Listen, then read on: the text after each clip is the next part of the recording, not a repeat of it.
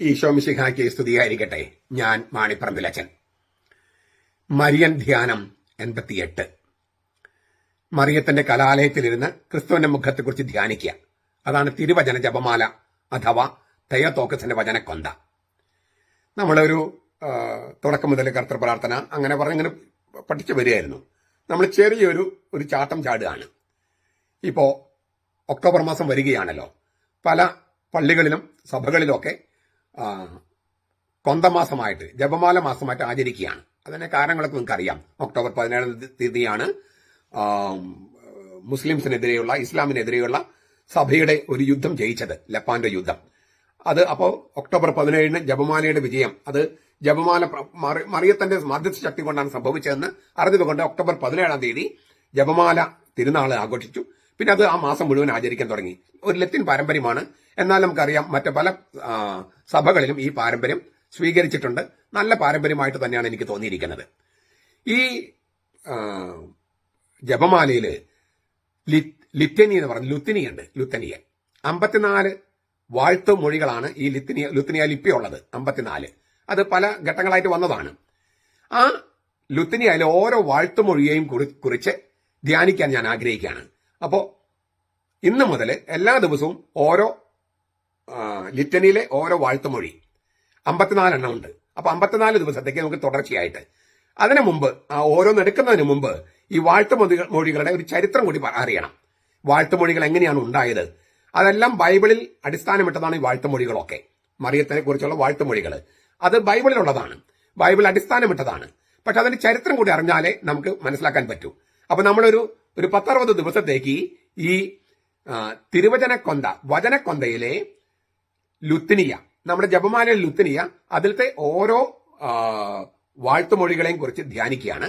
അതിന് തുടക്കമായിട്ട് ഒരു ആരംഭമായിട്ട് ആമുഖമായിട്ട് എങ്ങനെയാണ് ഈ ലുത്തിനികൾ ഉണ്ടായതെന്ന കാര്യവും അതിന്റെ വിഭജനം, ഈ 54 എണ്ണം പലതരത്തിൽ വിഭജിച്ചിട്ടുണ്ട്, അതൊക്കെ ഒന്ന് സൂചിപ്പിക്കാമെന്ന് കരുതുന്നു. ഞാനിത് അടിസ്ഥാനമാക്കുന്നത് തിരുവചന ജപമാല എന്ന് പറഞ്ഞിട്ട് എന്റെ ഒരു പുസ്തകമുണ്ട്. ആ തിരുവചന ജപമാല പുസ്തകത്തിലെ കാര്യങ്ങൾ തന്നെയാണ് ഞാൻ നിങ്ങളുടെ മുമ്പിൽ അവതരിപ്പിക്കുന്നത്. ഈ പുസ്തകം വാങ്ങിക്കാത്തവരെ വാങ്ങിക്കണം, പ്രചരിപ്പിക്കണം. ജപമാലയുടെ താല്പര്യമുള്ളൊരു ജപമാല ചൊല്ലുന്നവര് തിരുവചന ജപമാല എന്നുള്ള ആ പുസ്തകവും പരമാവധി പ്രചരിപ്പിക്കണം. അങ്ങനെ മറിയത്തോടെ സ്നേഹം പ്രകടിപ്പിക്കണമെന്ന് ഞാൻ അഭ്യർത്ഥിക്കുകയാണ്. ഈ വാഴ്ത്തുമൊഴികളുടെ പൊരുളുകൾ അതെങ്ങനെയാണ് ഉണ്ടായത്? പരിശുദ്ധ കന്യകാമറിയത്തെക്കുറിച്ചുള്ള തിരുവെഴുത്തുകൾ വെളിപ്പെടുത്തിയതും അവയുടെ അടിസ്ഥാനത്തിൽ സഭയിൽ വളർന്നു വികസിച്ചതുമായ വിശുദ്ധ പാരമ്പര്യങ്ങൾ നീളിക്കുന്ന വാഴ്ത്തുമൊഴികളും അപേക്ഷകളുമാണ് ലുത്തിനിയ എന്ന് പറയുന്നത്. ഗ്രീക്കില് ലിറ്റനെയ്യ എന്നാണ് വാക്ക്, ലിറ്റനെയ്യ. അത് ലത്തീനില് ലിറ്റനി എന്ന് ഉപയോഗിക്കാൻ തുടങ്ങി. അനുനയം, യാചന, അപേക്ഷ, അഭ്യർത്ഥന എന്നെല്ലാം ഈ വാക്കിന് അർത്ഥമുണ്ട്. അനുനയം, ഇപ്പൊ നമ്മള് രണ്ടുപേരും തമ്മിൽ പ്രശ്നമുണ്ടെങ്കിൽ ഒരു അനുനയം, രണ്ട് രാഷ്ട്രീയ കക്ഷികൾ തമ്മിൽ പ്രശ്നമുണ്ടെങ്കിൽ അനുനയം. അപ്പൊ അതിനൊക്കെ ഉപയോഗിക്കുന്ന ഒരു വാക്കാണ് ഈ ലിറ്റനെയ്യ എന്ന് പറയണേ. മലയാളത്തില് ലുത്തിനി എന്ന വാക്ക് തന്നെയാണ് ഉപയോഗിക്കുന്നത്. പൗരസ്ത്യ ദേശത്ത് പ്രാചീന കാലം മുതലേ പലതരം ലുത്തിനിയകൾ നിലനിന്നിരുന്നു. ഔദ്യോഗിക ആരാധനക്രമം എന്ന് പറയുന്ന ലിറ്റർജിയുടെ ഭാഗമായിരുന്നു അത്തരം ലുത്തിനിയകൾ. ഈ പൗരസ്ത്യ ആധ്യാത്മികത എന്ന് പറയുന്നത് ലിറ്റർജിക്കൽ സ്പിരിച്വാലിറ്റിയാണ്. ആരാധനക്രമത്തെ അടിസ്ഥാനമാക്കിയുള്ള ആധ്യാത്മികതയാണ്, ആരാധനക്രമത്തെ അടിസ്ഥാനമാക്കിയിട്ട്. അതുകൊണ്ട് ആ ലുത്തിനിയകളും ആരാധനക്രമത്തിൽ ലിറ്റർജിയുടെ ഭാഗമായിരുന്നു. കർത്താവിനെ കുറിച്ചുള്ള വലിയ ലുത്തിനികളും ചെറിയ ലുത്തിനികളും ഉണ്ടായിരുന്നു. വലിയ ലുത്തിനിയായെ സമാധാന ലുത്തിനിയ എന്ന് വിളിക്കുന്നു. സമാധാനത്തിൽ നമുക്ക് കർത്താവിനോട് അപേക്ഷിക്കാം എന്ന് ആമുഖമായി പറഞ്ഞുകൊണ്ടാണ് ആ ലുത്തിനിയ തുടങ്ങുന്നത്. അതുകൊണ്ടാണ് സമാധാന ലുത്തിനിയ എന്ന് വിളിച്ചിരുന്നത്. ഓരോ യാചന കഴിഞ്ഞും കർത്താവെ കരുണയായിരിക്കണമേ എന്നോ കർത്താവെ ഇത് തന്നാലും എന്നോ മറുപടി പറയുമായിരുന്നു. അപ്പൊ കർത്താവിനെ കുറിച്ചുള്ള ലുത്തിനിയ. മറിയത്തെക്കുറിച്ച് പൗരസ്ത്യ സഭയില് 3-ാം നൂറ്റാണ്ട് മുതലെങ്കിലും നിലനിന്നിരുന്ന ഒരു ലുത്തിനിയ ഇങ്ങനെയാണ്. ഒരു ലുത്തിനിയ പൗരസ്ത്യ ദേശത്ത് ദൈവമാതാവ് എന്നല്ല ഉപയോഗിക്കുന്ന വാക്ക് തെയോത്തോക്കസ് എന്നാണ്. ദൈവവാഹക എന്നാണ് ആ വാക്കിനർത്ഥം. ദൈവമാതാവ് എന്നല്ല, ദൈവവാഹക. ഓ തെയോത്തോക്കോസ്, നീ സ്തുതിക്ക് യോഗ്യയാണ്. ഓ തെയോത്തോക്കോസ്, നീ ഏറ്റവും പരിശുദ്ധയാണ്. ഓ തെയോത്തോക്കോസ്, നീ ക്രോവന്മാരെക്കാൾ ബഹുമാനിയാണ്. ഓ തെയോത്തോക്കോസ്, നീ ശ്രാപ്പന്മാരെക്കാൾ തേജസ്സുള്ളവളാണ്. ദൈവമായ ലോകസിന് കറയില്ലാതെ ജന്മമേകിയവളെ, ദൈവവാഹകയായ മറിയമേ നിന്നെ ഞങ്ങൾ വാഴ്ത്തുന്നു. ഇത് 3-ാം നൂറ്റാണ്ടിലെ ഒരു ലുത്തിനിയാണ്. മറിയത്തെക്കുറിച്ചുള്ള ലുത്തിനിയ പൗരസ്ത്യ ദേശത്ത് പൗരസ്ത്യ സഭകളിൽ ഉണ്ടായിരുന്നത്. 3 തരത്തിലുള്ള ലുത്തിനികളാണ് പൗരസ്ത്യ സഭകളിൽ നിലവിലുണ്ടായിരുന്നത്. ഒന്നാമത്തെ സഞ്ചയ പ്രാർത്ഥനകൾ എന്നാണ് പറയുക. സഞ്ചയ പ്രാർത്ഥന വെച്ചാൽ ലത്തീൻകാർക്ക് പെട്ടെന്ന് മനസ്സിലാകും. കളക്ട് എന്ന് പറയും. കളക്ട്. ഇപ്പോ ലത്തീൻ കുർബാനയില് ആമക ശുശ്രൂഷ, കർത്താവെ കനിയണമേ, മിശിഹായെ കനിയണമേ, ക്രിസ്തുവെ കനിയണമേ, കർത്താവെ കനിയണമേ കഴിഞ്ഞിട്ട് പിന്നെ വരുന്ന പ്രാർത്ഥന സഞ്ചയ പ്രാർത്ഥനയാണ്. ഗ്രീക്കില് സ്വിനാപ്തെ എന്നാണ് പറയുക. സ്വിനാപ്തെ ലഘു പ്രാർത്ഥനകളുടെ ശേഖരമാണിത്. അപ്പോ ഒരു തരം ലുത്തിനിയെ വിളിച്ചിരുന്നത് സഞ്ചയ പ്രാർത്ഥനകൾ എന്നാണ്. രണ്ടാമത്തെ ഗണം ലുത്തിനിയെ വിളിച്ചിരുന്നത് തീവ്രയാചനകൾ എന്നാണ്. തീവ്രയാചനകൾ ഗ്രീക്കില് എക്തേന്യെ എന്ന് വിളിക്കും. എക്തേന്യെ 51 സങ്കീർത്തനം അടിസ്ഥാനമാക്കിയിട്ട് തയ്യാറാക്കപ്പെട്ടിരിക്കുന്ന മാപ്പപേക്ഷകളാണ് ഈ തീവ്രയാചനകൾ. ഗ്രീക്കില് എക്തേനസ് എന്ന വാക്കിനുള്ള ലത്തീൻ പരിഭാഷയാണ് ലിറ്റനയ്യ. ലുത്തിനി എന്ന വാക്കിന്റെ അർത്ഥം മനസ്സിലായോ? തീവ്രയാചനകൾ എന്ന അർത്ഥമുണ്ട്. അനുനയം, അപേക്ഷ എന്നൊക്കെ നമ്മൾ പറഞ്ഞു. ശരിക്കും എക്തേനി എന്ന വാക്കിൽ നിന്നാണ് വരുന്നത്. ലിറ്റനൈ എന്ന വാക്കിൽ നിന്നാണ്, എക്തേനിയ എന്ന വാക്കിൽ നിന്നാണ് ലിറ്റനയ്യ. അതിൽ നിന്നാണ് ലത്തീനിൽ ലിറ്റനി. ഇംഗ്ലീഷിൽ അങ്ങനെ തന്നെ, മലയാളത്തിലും ലുത്തിനിയ എന്ന് പറയുന്നു. 3-ാമത്തെ ഗണം ലുത്തിനിയകള് പൗരസ്ത്യ ദേശത്തുണ്ടായിരുന്നത് മധ്യസ്ഥ പ്രാർത്ഥനകളാണ്. ഗ്രീക്കില് ഐറ്റൈസിസ് എന്ന് പറയാം. ഐറ്റയോ എന്ന വാക്കിന് ചോദിക്കുക, യാചിക്കുന്ന അർത്ഥം. ഐറ്റൈസിസ് എന്നാണ് ഈ മധ്യസ്ഥ പ്രാർത്ഥനകൾ അറിയപ്പെട്ടിരുന്നത്. സമാധാനത്തിനും സംരക്ഷണത്തിനും വേണ്ടിയുള്ള അപേക്ഷകളുടെ ഒരു ഗണമാണ് ഈ 3-ാമത്തെ ഗണം ലുത്തിനിയ. പൗരസ്ത്യ നാട്ടില് പ്രാചീന കാലം മുതൽ പലതരം മരിയ ലുത്തിനികളും സുലഭമായിരുന്നുവെന്ന് സൂചിപ്പിച്ചല്ലോ. വിശ്വാസ പ്രമാണം, ധാർമ്മികത, ദേശഭക്തി എന്നിങ്ങനെ പല പ്രമേയങ്ങളും ഈ മരിയൻ ലുത്തിനിയയിൽ ഉണ്ടായിരുന്നു. അവയില് 2 എണ്ണം മാത്രം ഇപ്പൊ ഞാൻ ചൂണ്ടിക്കാണിക്കാം. കബറിടത്തെങ്കിലുള്ള വിലാപം എന്ന് പറഞ്ഞിട്ടുള്ള ഒരു തരം മരിയ ലുത്തിനികളുണ്ട്. കബറിടത്തെങ്കിലുള്ള വിലാപം ഗ്രീക്കില് എപ്പിറ്റാഫിയൻ ത്രേനോസ് എന്നാണ്. എപ്പിറ്റാഫിയൻ ത്രേനോസ്. ഇതിന്റെ ചുരുക്കമായിട്ട് എപ്പിറ്റാഫിയോസ് എന്നും വിളിക്കാറുണ്ട്. മറിയം തന്റെ പ്രിയ മകനായ ഈശോയുടെ കബറിടത്തെങ്കിൽ ഇരുന്ന് വിലപിക്കുന്നതാണ് പ്രമേയം. ഇത് പണ്ടുകാലത്തുള്ളതാണ്. നമ്മുടെ നാട്ടില് ഈ പുത്തൻപാനയുണ്ടല്ലോ, അമ്മകന്യ എന്നൊക്കെ പറഞ്ഞിട്ട്, അത് ഇതിന്റെ ഈ 3-ാം നൂറ്റാണ്ടിലും 4-ാം നൂറ്റാണ്ടിലും ഉണ്ടായിരുന്നതിന്റെ ഒരു പിൽക്കാല വെർഷനാണ് ഈ പുത്തൻപാനയൊക്കെ. അതുണ്ടായിട്ട് അധികം വർഷങ്ങളായിട്ടില്ല. ഞാൻ പറഞ്ഞ 3-ാം നൂറ്റാണ്ടിലും 4-ാം നൂറ്റാണ്ടിലും കാര്യമാണ്. ഈ എപ്പിറ്റാഫിയോസ് എന്ന് പറയുന്നത് മറിയം കബറിടത്തെങ്കിലിരുന്ന്, മകനെ അടക്കിയ കബറിടത്തെങ്കിലിരുന്ന് വിലപിക്കുന്ന പ്രമേയമാണ്. കബറിടത്തെങ്കിലുള്ള വിലാപം എന്നാണ് അത് അറിയപ്പെട്ടിരുന്നത്. അതൊരു ലുത്തിനിയ പോലെയാണ്. കുഴിമാടത്തിങ്കൽ എന്നാണ് എപ്പിറ്റാഫിയോസ് എന്ന ഗ്രീക്ക് വാക്കിനർത്ഥം. ത്രേനോസ് എന്ന വാക്കിന് വിലാപം എന്നർത്ഥം. അപ്പൊ ബൈസന്റൈൻ പൗരസ്ത്യ ഓർത്തഡോക്സ് ലിറ്റർജികളിൽ ദുഃഖശനിയാഴ്ച ഈ ലുത്തിനി ഇപ്പോഴും ചൊല്ലുന്നുണ്ട്. നമ്മള് ഗാഗുൽത്ത മലയിൽ നിന്നും എന്നുള്ളത് അതിന്റെ ഒരു എനിക്കൊന്നും ആവേലച്ചനല്ലേ അത് ചെയ്തത്. അത് എന്നാണ് എന്റെ ഓർമ്മ, എനിക്ക് അറിഞ്ഞുകൂടാ കേട്ടോ. അപ്പോ അത് ഇതുപോലത്തെയുള്ള ഒരു ഗാഗുൽത്ത മലയിൽ നിന്നുള്ളത് 3-ാം നൂറ്റാണ്ടിൽ 4-ാം നൂറ്റാണ്ടിൽ പൗരസ്ത്യ സഭയിൽ ഉണ്ടായിരുന്ന ഈ കബറിടത്തിലുള്ള വിലാപത്തിന്റെ ഒരു അനുകരണമാണ്. 2-ാമത്തെ തരം മരിയ ലുത്തിനികൾ അറിയപ്പെട്ടിരുന്നത് പരിശുദ്ധ തെയോത്തോക്കോസ് എന്ന് തന്നെയാണ്. ഗ്രീക്കില് പനാഗിയ തെയോത്തോക്കോസ് എന്നാണ്.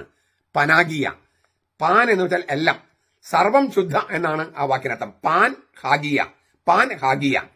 പാൻ എന്ന് പറഞ്ഞാൽ സർവം, ഹാഗിയ എന്ന് പറഞ്ഞാൽ ശുദ്ധ അല്ലെങ്കിൽ വിശുദ്ധ, സർവം വിശുദ്ധ, സർവം പരിശുദ്ധ എന്നൊക്കെയാണ് ഈ പനാഗി എന്ന വാക്കിനർത്ഥം. തെയോത്തോക്കോസ് എന്ന് പറഞ്ഞാൽ ദൈവവാഹക, ഞാൻ പറഞ്ഞു കഴിഞ്ഞു, ദൈവമാതാവ് എന്ന അർത്ഥത്തില്. പരിശുദ്ധ മറിയത്തെ തെയോത്തോക്കോസായി അംഗീകരിക്കാത്തവൻ ദൈവത്തിൽ നിന്ന് വിച്ഛേദിക്കപ്പെടുന്നുവെന്നാണ് ക്രിസ്തുവർഷം 379 വിശുദ്ധ ഗ്രിഗറി നസിയാൻസൻ പറഞ്ഞത്. മറിയത്തെ തെയോത്തോക്കോസായി അംഗീകരിക്കാത്തവൻ ദൈവത്തിൽ നിന്ന് വിച്ഛേദിക്കപ്പെടുന്നു. ക്രിസ്തുവർഷം 379 വിശുദ്ധ ഗ്രിഗറി നസിയാൻസൻ പറഞ്ഞതാണ്. പെട്രോളജി ഗ്രേക്ക 37 അത് കാണാം. 379 കാര്യം പറഞ്ഞ ക്രിസ്തുവർഷം 379 4-ാം നൂറ്റാണ്ടില്. അപ്പോ ഇത്തരം ലുത്തിനിയകള് പൗരസ്ത്യ ദേശത്ത് നിലനിന്നിരുന്നു. പാശ്ചാത്യ സഭയിൽ വരുന്നതിന് മുമ്പത്തെ കാര്യം പറയണേ. ഇവ ഏത് നൂറ്റാണ്ട് മുതലാണ് ലിറ്റർജിയിൽ ഉപയോഗിച്ച് തുടങ്ങിയെന്ന് കൃത്യമായി ചൂണ്ടിക്കാണിക്കാൻ നമുക്ക് കഴിയില്ല. എങ്കിലും ക്രിസ്തുവർഷം 250-നും 300-നും ഇടയിൽ പലതരം ലുത്തിനിയകൾ രൂപപ്പെട്ടു. ഈ 379 ആയപ്പോഴേക്കും 400 ആയപ്പോഴേക്കും അത് പൗരത്വ സഭകളിൽ സർവ്വവ്യാപിച്ചു. ഇതിൽ നിന്നാണ് പിന്നെ ഇവിടുന്നൊരു മറ്റൊരു ഡെവലപ്മെന്റ് ഉണ്ട്. അത് നമുക്ക് അടുത്ത ക്ലാസ്സിൽ കാണാം. അപ്പൊ എല്ലാ ദിവസവും നമ്മുടെ വചനക്കൊന്തയിലെ നമ്മുടെ ജപമാലയിലെ ലുത്തിനിയയിലെ ഓരോ വാഴ്ത്തുമൊഴിയെയും കുറിച്ച് നമ്മൾ ധ്യാനിക്കുകയാണ്. മുടങ്ങാതെ ഇത് കാണണമെന്നും പരമാവധി പ്രചരിപ്പിക്കണമെന്നും മറിയത്തോടുള്ള സ്നേഹം ഈശോയോടുള്ള സ്നേഹത്തോട് ഈശോ സ്നേഹിക്കാൻ നല്ലതാണ്. നാം മറിയത്തെ ബഹുമാനിക്കുന്ന ഒറ്റ കാരണമേ ഉള്ളൂ, ദൈവം അവളെ ബഹുമാനിച്ചു. കർത്താവായ ക്രിസ്തു അവളെ ബഹുമാനിച്ചു. അതുകൊണ്ട് സഭ അവളെ ബഹുമാനിക്കുന്നു. അവളെ അവമാനിക്കുന്നവര് കർത്താവിനെ തന്നെയാണ് അവമാനിക്കുന്നത്. കാരണം ദൈവം അവളെ ബഹുമാനിച്ചു, ദൈവം അവളെ കൃപ കൊണ്ട് നിറച്ചു, കൃപയിൽ സൃഷ്ടിച്ചു, കർത്താവ് അവളെ ബഹുമാനിച്ചു.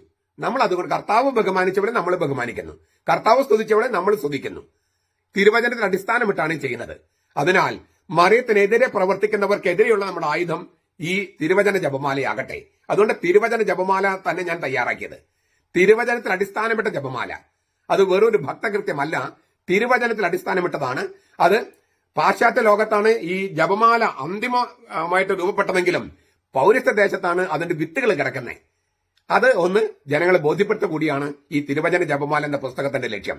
അതിനാൽ പരമാവധി ആളുകൾ ഈ പുസ്തകം വാങ്ങിക്കണമെന്നും ഈ വീഡിയോകൾ കാണണമെന്നും പ്രചരിപ്പിക്കണമെന്നും മറിയത്തിനോടുള്ള സ്നേഹത്തെ പ്രതി ഞാൻ നിങ്ങളോട് ആഹ്വാനം ചെയ്യുകയാണ്, അഭ്യർത്ഥിക്കുകയാണ്. നമ്മുടെ കർത്താവ് ഈശോ മിശിഹായുടെ കൃപയും പിതാവായ ദൈവത്തിന്റെ സ്നേഹവും പരിശുദ്ധാത്മാവിന്റെ സഹവാസവും നാം എല്ലാവരോടും കൂടി ഉണ്ടായിരിക്കട്ടെ, ഇപ്പോഴും എപ്പോഴും എന്നേക്കും. ആമേൻ. ഈശോ മിശിഹായ്ക്ക് സ്തുതിയായിരിക്കട്ടെ. ഞാൻ മാണിപ്പറമ്പിലച്ചൻ. സിനഡാനന്തര സർക്കുലർ എന്തേ വരാത്തേ താമസം എന്തേ വരുവാൻ എന്ന് വിചാരിച്ചിരിക്കുകയായിരുന്നു. ഇന്നലെ വന്നു. അതല്ലേ, നല്ല ചില കാര്യങ്ങൾ ആദ്യം പറയട്ടെ. അതിലൊരു ഭാഗം ഇങ്ങനെയാണ്. ഇന്നലെ ഇറങ്ങിയ സർക്കുലറിലെ ഒരു ഭാഗം. സീറോ മലബാർ സഭ ഒരു തികഞ്ഞ പൗരത്വ സഭയാണെന്നും പുരാതനമായ അതിന്റെ പൈതൃകങ്ങൾ സംരക്ഷിച്ചുകൊണ്ടാണ് സാർവത്രിക സഭയിൽ അതിന്റെ ദൗത്യം നിറവേറ്റേണ്ടതെന്നും ഉള്ള ബോധ്യത്തിൽ നാം വളരേണ്ടതുണ്ട്. എറണാകുളം അങ്കമാലിയിലെ വിമതരും മുന്നേറ്റക്കാരൊക്കെ അറിയട്ടെ, സീറോ മലബാർ സഭ ഒരു തികഞ്ഞ പൗരത്വ സഭയാണെന്നും പുരാതനമായ അതിന്റെ പൈതൃകങ്ങൾ സംരക്ഷിച്ചുകൊണ്ടാണ് സാർവത്രിക സഭയിൽ അതിന്റെ ദൗത്യം നിറവേറ്റേണ്ടതും എന്നുമുള്ള ബോധ്യത്തിൽ നാം വളരേണ്ടതുണ്ട്. പൗരത്വ സഭകളുടെ ജൂബിലി വത്സരത്തിൽ ലയോ മാർപ്പാപ്പ ഇപ്രകാരം പറഞ്ഞു: പൗരത്വ സഭകൾക്ക് സാർവത്രിക സഭയ്ക്ക് നൽകാൻ കഴിയുന്ന സംഭാവനകൾ വളരെ വലുതാണ്. നിങ്ങളുടെ ആരാധനാക്രമത്തിൽ സജീവമായി നിലനിൽക്കുന്ന ദിവ്യ രഹസ്യാത്മകതയുടെ ഭാവങ്ങൾ വീണ്ടെടുക്കേണ്ടത് ഈ കാലയളവിന്റെ ആവശ്യമാണ്. ദിവ്യ രഹസ്യാത്മകതയുടെ ഭാവങ്ങൾ വീണ്ടെടുക്കണം. അപ്പൊ എറണാകുളം അങ്കമാലി അതിരൂപതയിലും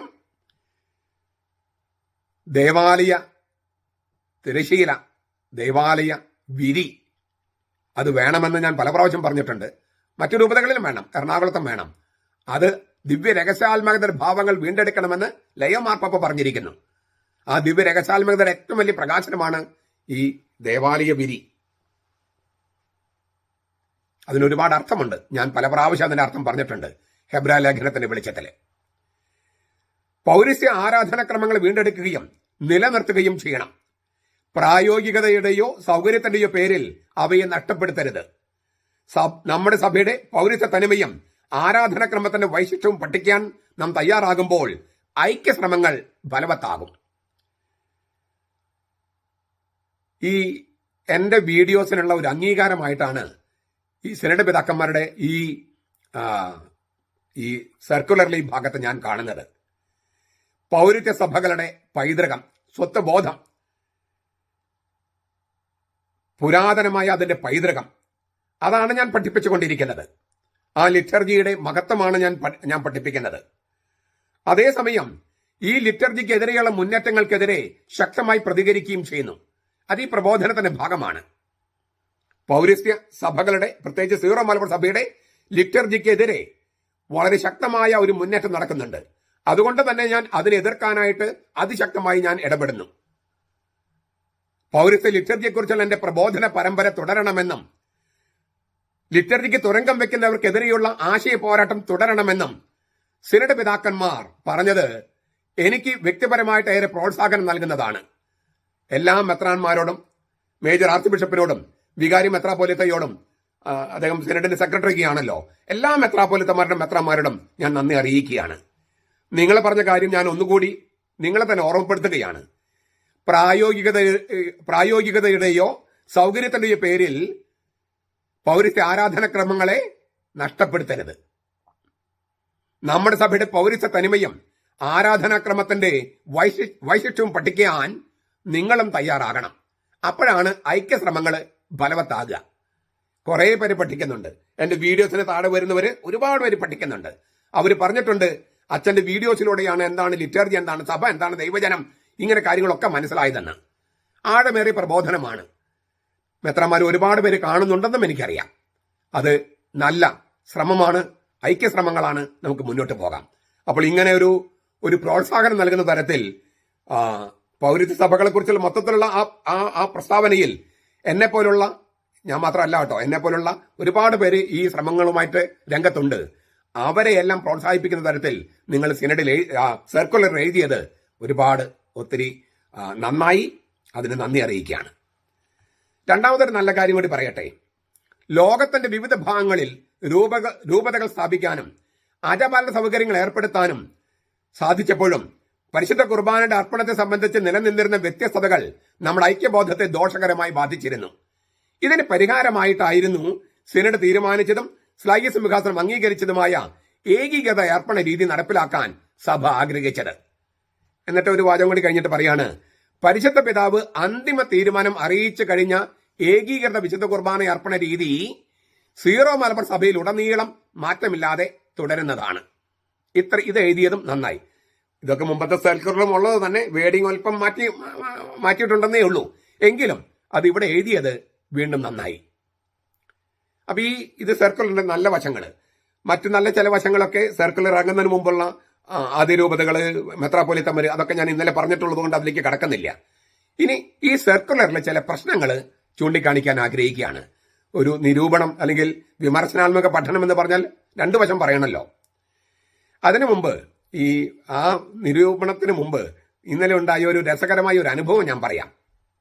ഞാൻ ചില ആളുകളോട് ചോദിച്ചു, നിങ്ങൾ വായിച്ചോ ഈ സർക്കുലർ? വായിച്ചോ സിനഡാനന്തര സർക്കുലർ? ഈ മെത്രാൻ സിനഡിലുണ്ടായ ചർച്ചകളുടെ ഒരു സംക്ഷിപ്ത രൂപമായിരിക്കുമല്ലോ അത്, താനത് വായിച്ചോ എന്ന് ഞാൻ പലരോടും ചോദിച്ചു. ഒരാൾ എന്നോട് പറഞ്ഞത്, അയ്യേ അത് തുറക്കാനേ തോന്നുന്നില്ല, അറപ്പാണ് എനിക്ക്, അറപ്പ്. നേരും നെറിവുമില്ലാത്ത രേഖകളാണ് ഇതുവരെ ഇറങ്ങിയിട്ടുള്ളത്. ഇതും അങ്ങനെയാകാനേ തരമുള്ളൂ. ഞാൻ നിർബന്ധിച്ചിട്ടാണ് അയാളത് വായിച്ചത്. നിർബന്ധിച്ചിട്ട് ഞാൻ പറഞ്ഞു, വായിക്കുക, അറപ്പാണെങ്കിലും വായിക്കുക, എന്നിട്ട് നിങ്ങളുടേതായ നിരീക്ഷണം പറയൂ എന്ന് ഞാൻ പറഞ്ഞു. അങ്ങനെ അത് വായിച്ചു. വേറൊരാളോട് ഞാൻ ചോദിച്ചു, ഈ സർക്കുലർ വായിച്ചോ? അയാൾ എടുത്ത വഴിക്ക് ഒരു തെറിയാണ് പറഞ്ഞത്.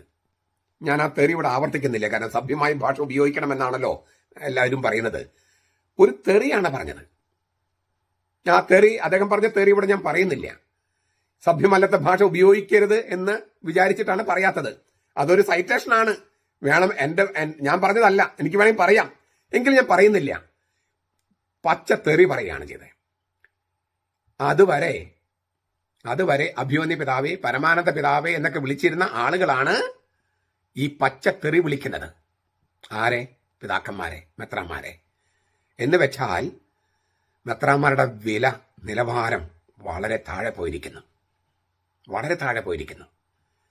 എല്ലാ സഭകളിലും മെത്രാന്മാര് അച്ഛന്മാരെയും അൽമായരെയുമാണ് ഉപദേശിക്കുക. സീറോ മലബാർ സഭയിൽ അൽമായര് മെത്രാന്മാരെ ഉപദേശിക്കുകയാണ്. വൈദികര് മെത്രാന്മാരെ ഉപദേശിക്കുകയാണ്. എന്താ കാര്യം? അവര് സത്യവിശ്വാസത്തിൽ നിന്നും സഭയുടെ യഥാർത്ഥ പൈതൃകത്തിൽ നിന്നും അകന്നു പോയിരിക്കുന്നുവെന്ന്, വീണു പോയിരിക്കുന്നുവെന്ന് ബഹുഭൂരിപക്ഷം വിശ്വാസികളും വിചാരിക്കുന്നു. ഇനി കാര്യത്തിലേക്ക് കടക്കാം. ഈ സർക്കുലറിന്റെ ചില പ്രശ്നങ്ങളിലേക്ക് കടക്കാം. പരിശുദ്ധ പിതാവ് അന്തിമ തീരുമാനം അറിയിച്ചു കഴിഞ്ഞ ഏകീകൃത വിശുദ്ധ കുർബാന അർപ്പണ രീതി സീറോ മലബാർ സഭയിൽ ഉടനീളം മാറ്റമില്ലാതെ തുടരേണ്ടതാണ് എന്ന വാക്യത്തിന് ശേഷം ഒരു വാക്യം കൂടിയുണ്ട്. അതുകൊണ്ടാണ് 2025 ജൂൺ 26 അതിരൂപതയ്ക്ക് മാത്രമായി നൽകപ്പെട്ട സർക്കുലർ ഈ തീരുമാനത്തിന്റെ തുടർച്ചയായത്. 2025 ജൂൺ 26 നൽകിയ അതിരൂപതയ്ക്ക് മാത്രമായി നൽകപ്പെട്ട സർക്കുലർ ഈ തീരുമാനത്തിന് തുടർച്ച ആണോ? പരിശുദ്ധ പിതാവ് അന്തിമ തീരുമാനം അറിയിച്ചു കഴിഞ്ഞ ഏകീകൃത വിശുദ്ധ കുർബാന അർപ്പണ രീതി സീറോ മലബാർ സഭയിൽ ഉടനീളം മാറ്റമില്ലാതെ നടത്താൻ വേണ്ടിയാണോ 2025 ജൂൺ 26 സമവായ മാർഗരേഖ ഉണ്ടാക്കിയത്?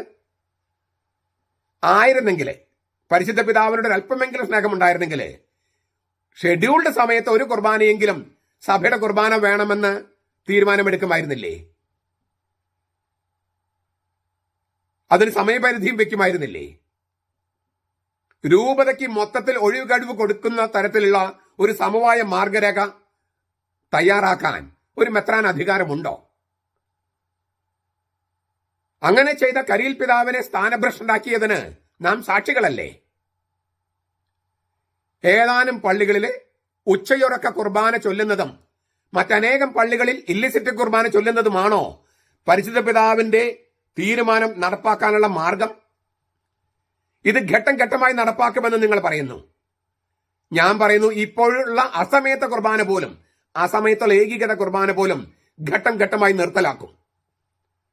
നിങ്ങൾ ഘട്ടം ഘട്ടമായി വന്നു ചേരുമ്പോഴേക്കും, നിങ്ങളുടെ ഘട്ടം ഘട്ടമായി വന്നു ചേരുമ്പോഴേക്കും സത്യവിശ്വാസികൾ പള്ളിയിൽ നിന്നും വിശ്വാസത്തിൽ നിന്നും ഘട്ടം ഘട്ടമായി വിട്ടുപോയിട്ടുണ്ടാകും. സർജിക്കൽ സ്ട്രൈക്ക് വേണ്ടിയെടുത്ത് വെറുതെ കുഴമ്പിട്ട് സുഖപ്പെടുത്താൻ നോക്കുന്ന മുറി വൈദ്യന്മാരായി മാറുകയാണ് സിനഡ് പിതാക്കന്മാര്.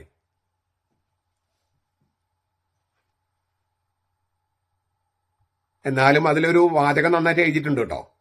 അതിരൂപതയ്ക്ക് മാത്രമായി നൽകപ്പെട്ട ഈ സർക്കുലർ 2025 ജൂൺ 26 അതിരൂപതയ്ക്ക് മാത്രമായി നൽകപ്പെട്ട സർക്കുലർ അങ്ങനെ എഴുതിയത് നന്നായി.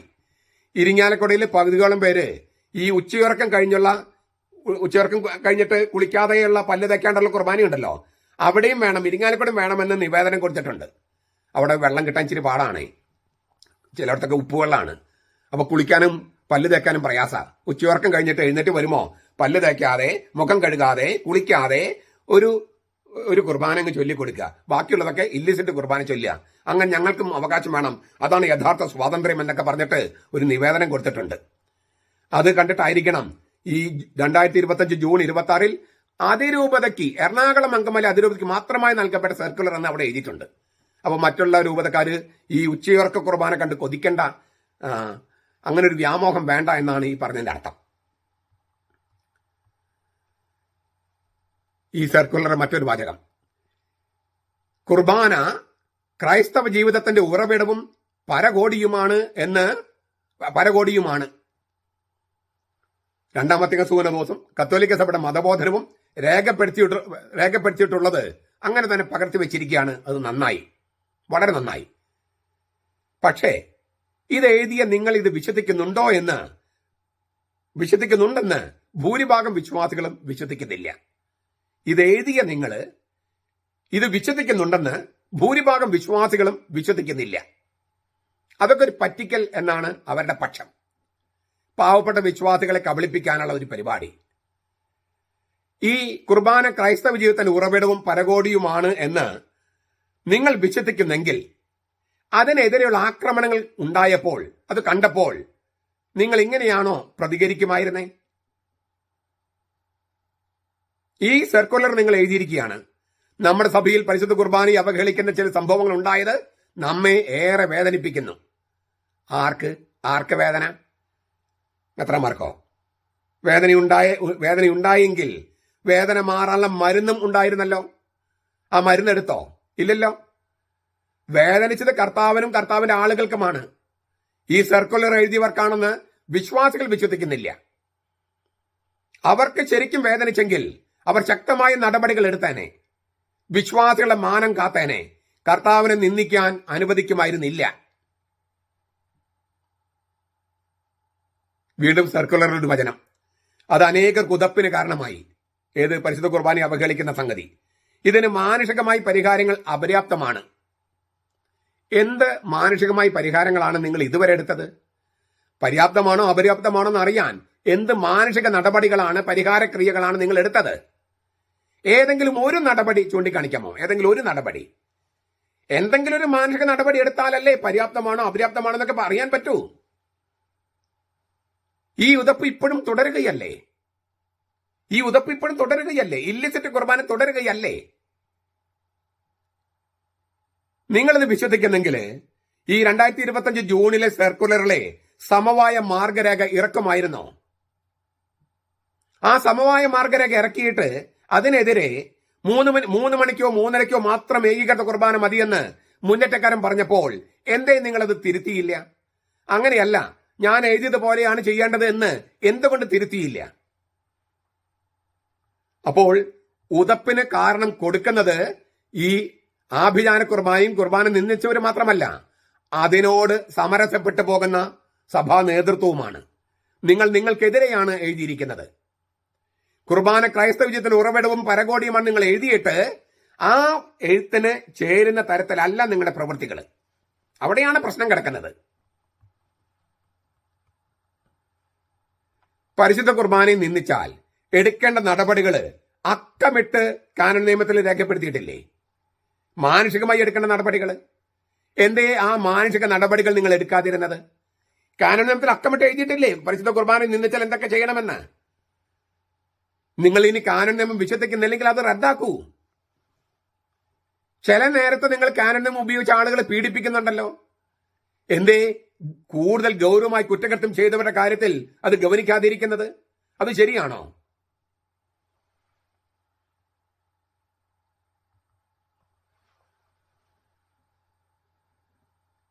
ഏകീകൃത കുർബാന ചൊല്ലിയ പള്ളികളെയും അച്ഛന്മാരെയും അഭിനന്ദിച്ചിട്ടുണ്ട് ഈ സർക്കുലറിൽ.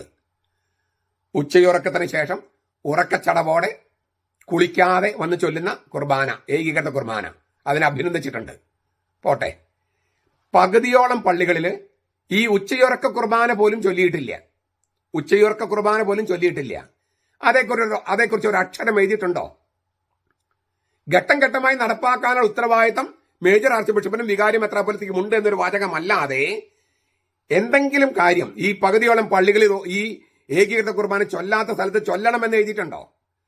ഇപ്പൊ ഈ ഉച്ച കഴിഞ്ഞ് ചൊല്ലുന്ന കുർബാന അത് ഷെഡ്യൂൾ സമയത്ത് ചൊല്ലണമെന്ന് പറഞ്ഞിട്ടുണ്ടോ? അതൊക്കെ മേജർ ആർച്ച് ബിഷപ്പ് പറയും, വികാരി മെത്രാപ്പൊലീത്ത പറയുമെന്നായിരിക്കും നിങ്ങൾ പറയുന്നത്. ഘട്ടം ഘട്ടമായി നടപ്പാക്കുമെന്നല്ലേ നിങ്ങൾ പറയുന്നത്? എത്ര കൊല്ലമെടുക്കും ഈ ഘട്ടം ഘട്ടമായി വരാൻ?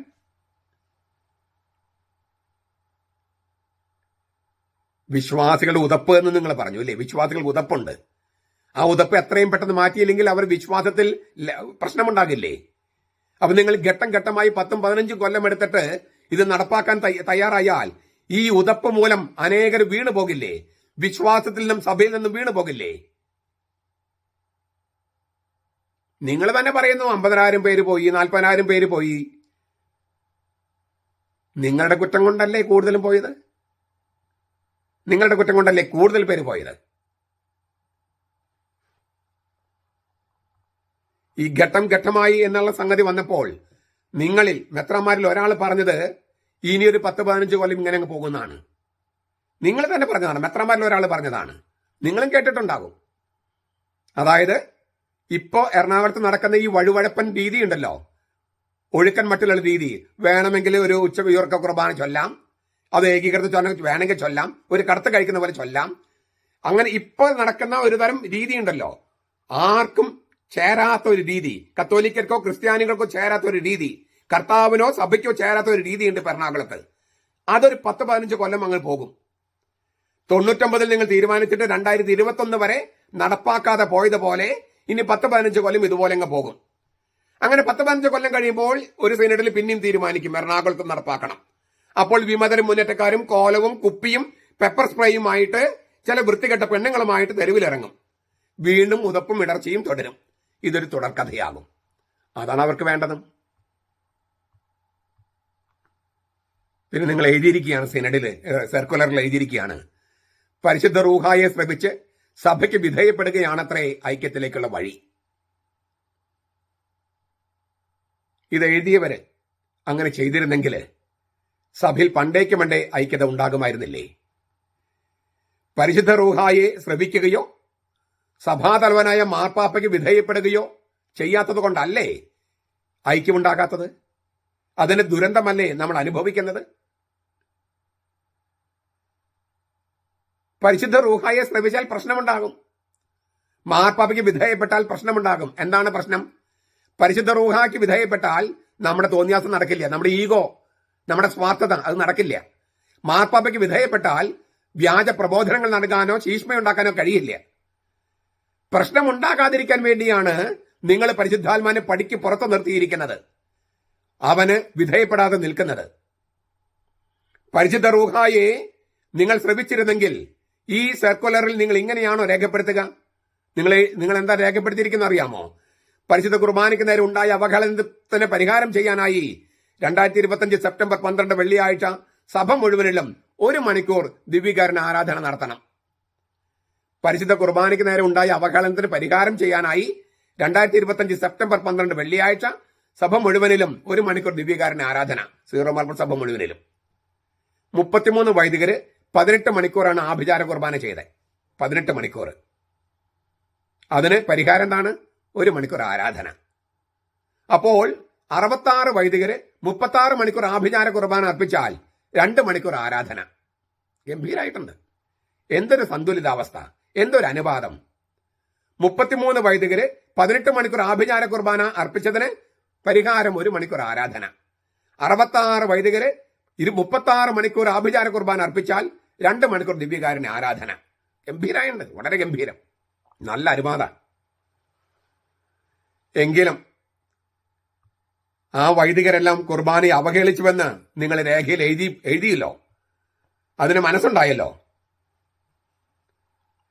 ചെറിയൊരു പരിഹാരമെങ്കിലും നിർദ്ദേശിക്കാൻ തുനിഞ്ഞല്ലോ. അതിനെല്ലാം സഭയിലെ എല്ലാ വിശ്വാസികളുടെ പേരിൽ നിങ്ങൾ നന്ദി അറിയിക്കുകയാണ്. ഞാൻ ഇന്ന് മറ്റൊരു വീഡിയോയിൽ പറഞ്ഞ വചനം ആവർത്തിക്കാൻ ആഗ്രഹിക്കുകയാണ്. 1 തിമോത്തി 1-ാമത്തെ അധ്യായം 19-20 വാക്യങ്ങൾ. ചിലർ നല്ല മനസാക്ഷിയെ തള്ളിക്കളഞ്ഞതിനാൽ അവരുടെ വിശ്വാസ കപ്പൽ തകർന്നുപോയി. ഹ്യുമനയോസും അലക്സാണ്ടറും ഇക്കൂട്ടത്തിലുള്ളവരാകുന്നു. ദൂഷണം പറയാതിരിക്കാൻ പഠിക്കേണ്ടതിന് ഞാൻ അവരെ സാത്താന് വിട്ടുകൊടുത്തിരിക്കുകയാണ്. മുറിപ്പെടുത്താതെ സുഖപ്പെടുത്താനും ബലപ്പെടുത്താനുമാണ് നിങ്ങൾ സർക്കുലറിൽ പറഞ്ഞിരിക്കുന്നത്. പക്ഷെ പൗലോസ് അങ്ങനെയല്ല ചെയ്തത്. ദൂഷണം പറയാതിരിക്കാൻ പഠിക്കേണ്ടതിന് ഞാൻ അവരെ സാത്താന് വിട്ടുകൊടുത്തിരിക്കുകയാണെന്നാണ് പറഞ്ഞിരിക്കുന്നത്. എന്താണ് കാര്യം? ചിലർ നല്ല മനസാക്ഷിയെ തള്ളിക്കളഞ്ഞതിനാൽ അവരുടെ വിശ്വാസ കപ്പൽ തകർന്നുപോയി. എഫേസസിലെ സഭയില് വ്യാജ പ്രബോധനങ്ങൾ നൽകുന്ന ആളുകളെയാണ് ഉദ്ദേശിക്കുന്നത്. ഈ ഹ്യൂമനേസും അലക്സാണ്ടർക്ക് അങ്ങനെയുള്ളവരാണ്. അവരുടെ വ്യാജ പ്രബോധനം അത് വളരെ അപകടകരമാണ്, വളരെ അപകടകരം. അതിനാൽ അവരെ സാത്താന് വിട്ടുകൊടുത്തു. സാത്താന് വിട്ടുകൊടുത്തു എന്ന് പറഞ്ഞാൽ സഭയുടെ ലിറ്റർജിയിൽ നിന്നും സഭയിൽ നിന്ന് തന്നെയും പുറത്താക്കി. അതിനെയാണ് സാത്താന് വിട്ടുകൊടുക്കുക എന്ന് പറഞ്ഞാൽ. സഭയിൽ നിന്നും സഭയുടെ ലിറ്റർജിയിൽ നിന്നും പുറത്താക്കിയാൽ അവരെ സാത്താന് വിട്ടുകൊടുക്കുന്നത് തന്നെയാണ്. തീർച്ചയായിട്ടും ഇത് തിരിച്ചെടുക്കാൻ പറ്റാത്ത ശിക്ഷാ നടപടിയൊന്നുമല്ല, അച്ചടക്കമൊന്നുമല്ല. പക്ഷെ മാനസാന്തരപ്പെട്ടാലേ തിരിച്ചെടുക്കാവൂ. വ്യാജ പ്രബോധനം നടത്തിയവരെ സാത്താന് വിട്ടുകൊടുക്കാണ് പൗലോസ് ചെയ്തത്. ഇവിടെ വ്യാജ പ്രബോധനം മാത്രമല്ല, വ്യാജ പ്രബോധനം ഒരുപാടുണ്ട്, പാഷാണ്ഡം ഒരുപാടുണ്ട്, ശീഷ്മ ഒരുപാടുണ്ട്. അതിനേക്കാളൊക്കെ ഗൗരവമായിട്ട് പരിശുദ്ധ കുർബാനയെ നിന്ദിച്ചു. ഇത് സിനഡിന്റെ രേഖയിൽ എഴുതി വെച്ചിരിക്കുകയാണ്. കുർബാനയെ അവഹേളിച്ചു. അതിന് പരിഹാരമായിട്ട് നമ്മൾ 1 മണിക്കൂർ ആരാധന നടത്തുന്നു, നല്ല കാര്യം. പക്ഷേ അവരെ വാസ്തവത്തിൽ സാത്താന് വിട്ടുകൊടുക്കല്ലേ വേണ്ടത്? അതല്ലേ പൗലോസ് ചെയ്തത്? മുറിപ്പെടുത്താതെ സുഖപ്പെടുത്താണ് പൗലോസ് ചെയ്തത്.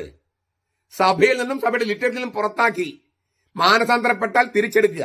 ഇതാണ് പൗലോസ് ചെയ്തത്. ഇത് തിരുവചനത്തിലുണ്ട്. നിങ്ങളുടെ ബൈബിൾ എടുത്ത് നോക്കൂ. 1 തിമോത്തിയോസിന് എഴുതിയ 1-ാമത്തെ ലേഖനത്തില് 1-ാമത്തെ അധ്യായം 19-20 വാക്യങ്ങളാണ് ഞാൻ ഈ പറയുന്നത്. പൗലോസിനെ പോലെ ഒരു വിശ്വാസവും ചങ്കുറപ്പുമുള്ള ഒരു മേജർ ആർച്ച് ബിഷപ്പും ഒരു വികാരി മെത്രാപ്പൊലിത്തയും സീറോ മലബാർ സഭയ്ക്ക് ഉണ്ടായിരുന്നെങ്കിൽ